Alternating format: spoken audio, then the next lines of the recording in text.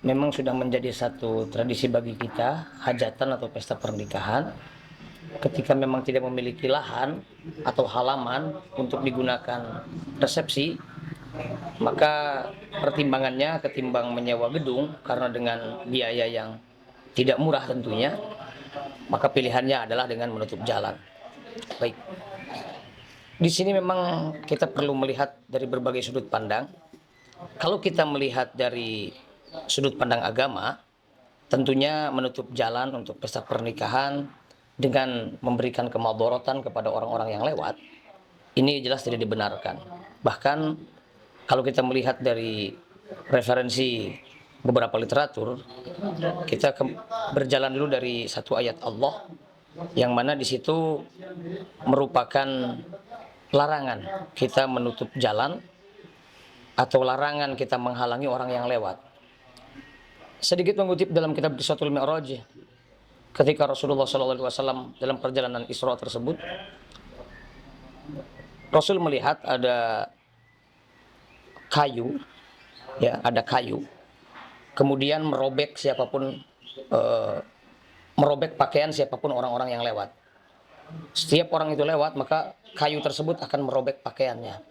Kemudian Rasul bertanya kepada malaikat Jibril, ya Jibril, pertanda apa ini?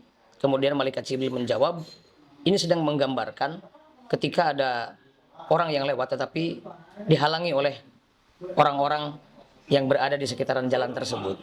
Sehingga spontanitas pada saat itu malaikat Jibril membacakan satu ayat Allah, membacakan satu firman Allah, wala taqudu bikulli siratin tu'iduna wa tasudduna an sabilillah. Janganlah engkau duduk di jalanan, di setiap jalan yang mana di situ akan menakut-nakuti dan mengganggu orang-orang yang lewat, dan orang yang lewat itu adalah yang sedang berjuang di jalan Allah. Dari ayat ini bisa kita ambil kesimpulan, setiap yang lewat itu katakanlah orang-orang yang sedang melaksanakan tugasnya seumpama ya, kemudian terhalang. Nah ini pasti akan menjadi satu hambatan. Kemudian ada orang yang sedang mencari nafkah, yang sedang berdagang dan sebagainya. Kemudian ketika ada keperluan lain lah yang sangat penting, yang sangat urgent, kemudian dihalangi jalannya oleh kegiatan pesta pernikahan tersebut. Maka ini akan jelas sekali menimbulkan madarat. Dan ini menjadi satu perhatian para ulama fikih. Ketika memang menutup jalan itu ada hajat, contoh seperti ada perbaikan, ya ada perbaikan jalan kan suka ditutup tuh. Maka itu tidak menjadi masalah jika seperti itu diperbolehkan. Tapi yang menjadi alternatif, yang menjadi pilihan ketika memang ada perbaikan jalan, maka jangan langsung ditutup total. Itu juga ada bagian yang kira-kira bisa untuk dilewati supaya tidak menghambat secara penuh.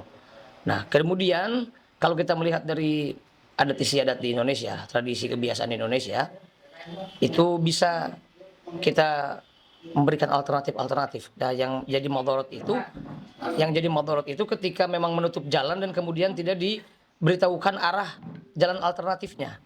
Nah, ini yang salah.